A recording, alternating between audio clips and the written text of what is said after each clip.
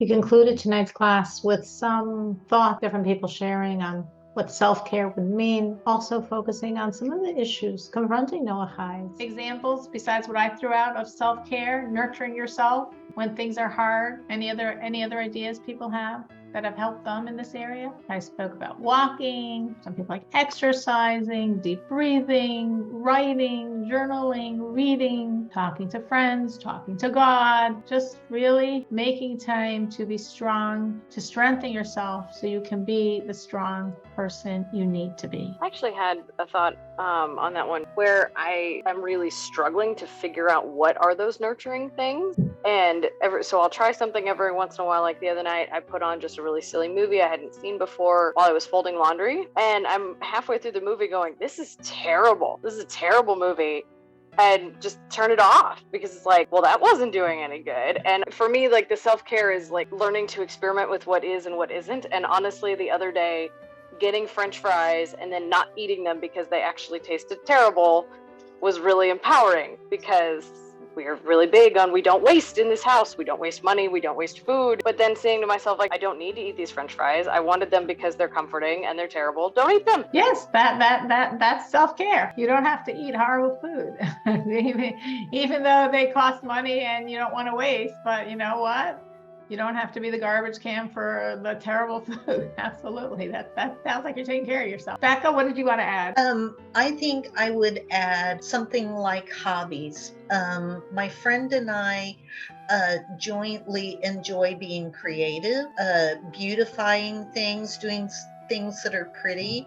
I enjoy humor as long as it's not cutting anybody down or, it's not bad humor, just funny things, cute, funny things, and music. Music, yes. For many people, music is a great way of helping. And I think what Natalie said is a good point. I would imagine for sure, as you grow in your journey as a Noahide, things that before felt good to you now would not. That makes perfect sense to me. You would say, oh, I used to have such pleasure in these stupid movies, and now it's like, what? And that's good. That's a good sign. That's a great sign. That's a wonderful sign that like I grew past that. I'm in a different place than most of the world. I think far deeper thought. I'm contemplating much bigger issues. And that, simple, it just doesn't really work. It seems pointless. It seems not what I want. That's great. I know we've definitely discussed at various points the idea we spoke about media, about like TV and just like weaning yourself from it if you need to be weaned from it. And a person could say, well, guess what? It doesn't even appeal anymore. It's not something I have to work so hard on because it's just like, what? This is what the whole world is like, mesmerized by?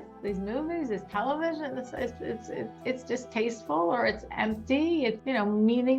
It's pointless. It feels stupid. I mean, that's wonderful. And I assume every person here, each one in their own way has walked that walk. And again, I'm not saying where each one of you has arrived at, because you're probably all at different places, but I'm sure you've all walked that walk, and things that used to have a grip on you and be really stimulating and entertaining and filled your life and like doesn't. And that's great. Anyone else have that experience? Like it used to be enjoyable. It used to have a grip on you. It used to be entertaining, and it just doesn't work anymore? Becca says absolutely. Anyone else? I have. My whole life turned around.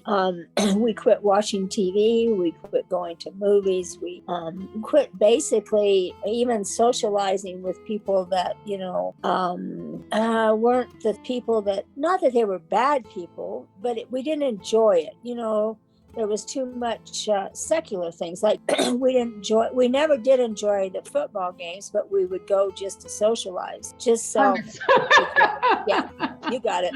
And our whole life changed. How long were you involved in being a Noahide before you quit TV? I don't know, because we never considered it Noahide. I mean, we came through a different path than most people come. You're right. I remember you told us your journey. Yes, it was a long journey. Yes. Yeah, 17 years, and it was through Judaism in a sense that we finally reached the end because of the rabbis that came to visit us, and because we were told that rabbis would not come to a Gentile's house, and rabbis came, and then the rabbi that we go to now, Moshe, that he used to send the Buckers out here to ride horses, and we were shocked, that they were people like us. They accepted us. And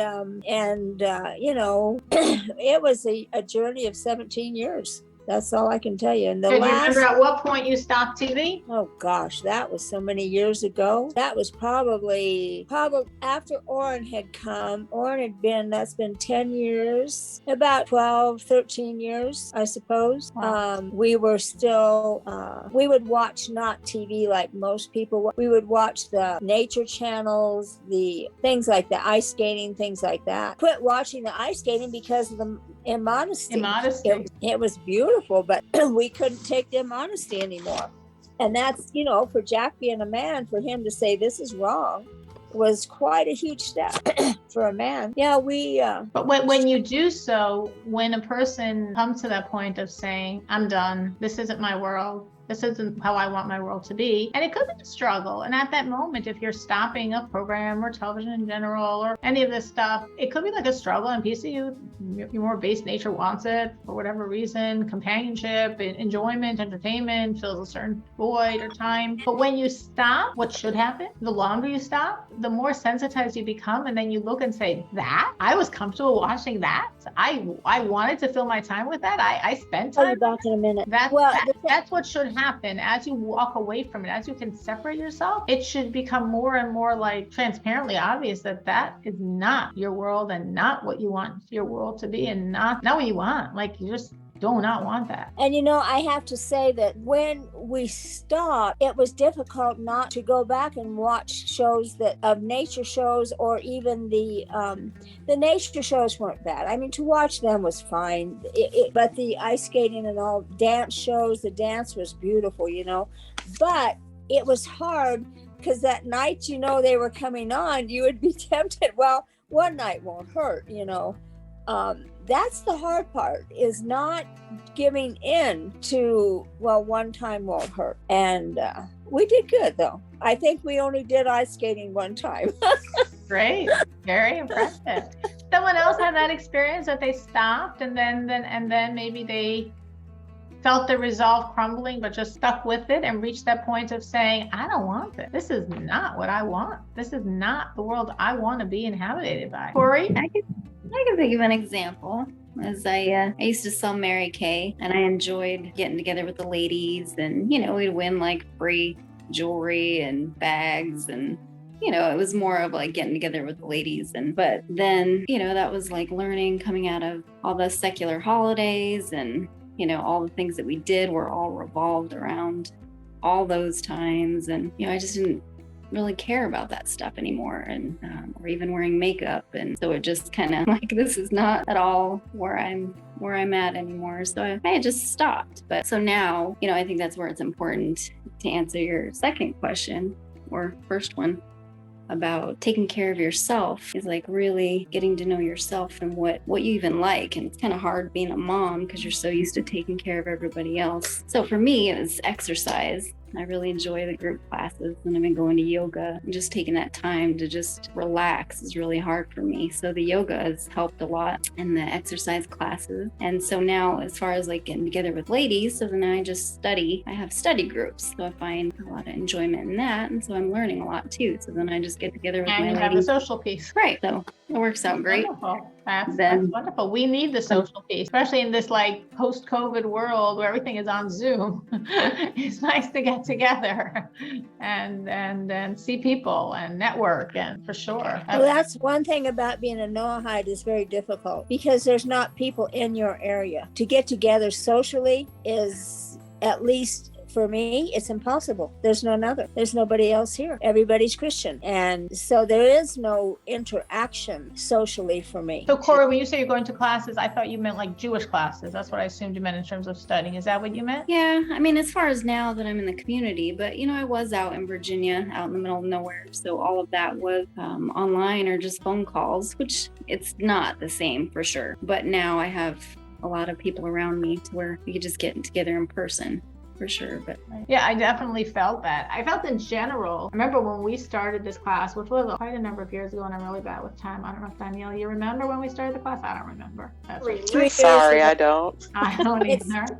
3 years ago. 3 years ago? It was Yeah. 3 years ago? Okay, so it's good Dixie remembers. I don't remember. I remember one of my feelings then, not knowing there were so many actually Noahide classes that there are, was this sense of, besides feeling, oh, all these Noahides that want Torah, that want knowledge and don't have it, and we should create a class. It was also that sense of the loneliness of the Noahide. And I very often, I think of Noahides, I think of that, what Dixie's saying, the loneliness of the Noahide. And obviously some people have virtual relationships, and that's great, and that works, and obviously it's better than nothing, and it's wonderful. And I mean, listen, you know, when do I see my friends or relatives? You know, I don't see anyone, you know. It's also by phone or whatever. So that's, you know, it's nice to have, even like, you know, over Zoom a class and seeing people's faces. I remember for quite a while, you know, this class was a phone class. And I think this was like my last class. I made a Zoom class. I don't remember why. Maybe I didn't think people had access to internet. I don't remember what the situation was. I think Dixie's saying is true. I think for many of you, it's endemic to being a Noahide, is that loneliness, is being alone. I mean, again, maybe not. Maybe like in Corey's situation, she's in an environment that she can network with other women. You have found in your community people that are like-minded enough, and you do have friends and relationships, and it works. But for a lot of Noahides, I tell you, though, I have the rabbi's wife, Rabbi Max, who died. Her and I are close friends. We talk every day. We study together. So I'm not lonely, quote, like most Noahides would be. I am definitely not that. I have plenty of studying, plenty of study with her, plenty of interaction.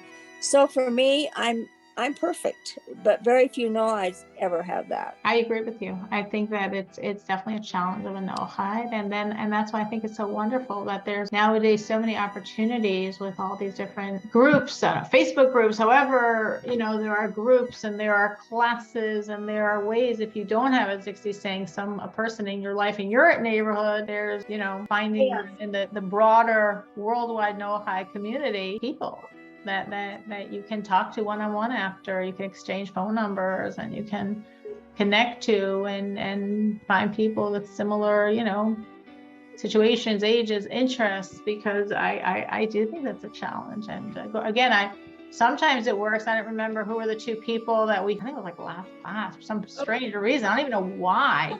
Got put in my head to ask everyone, where are you from? And we found that two people were actually quite close. I was like, wow, you know, so I guess that's why God put it in my head.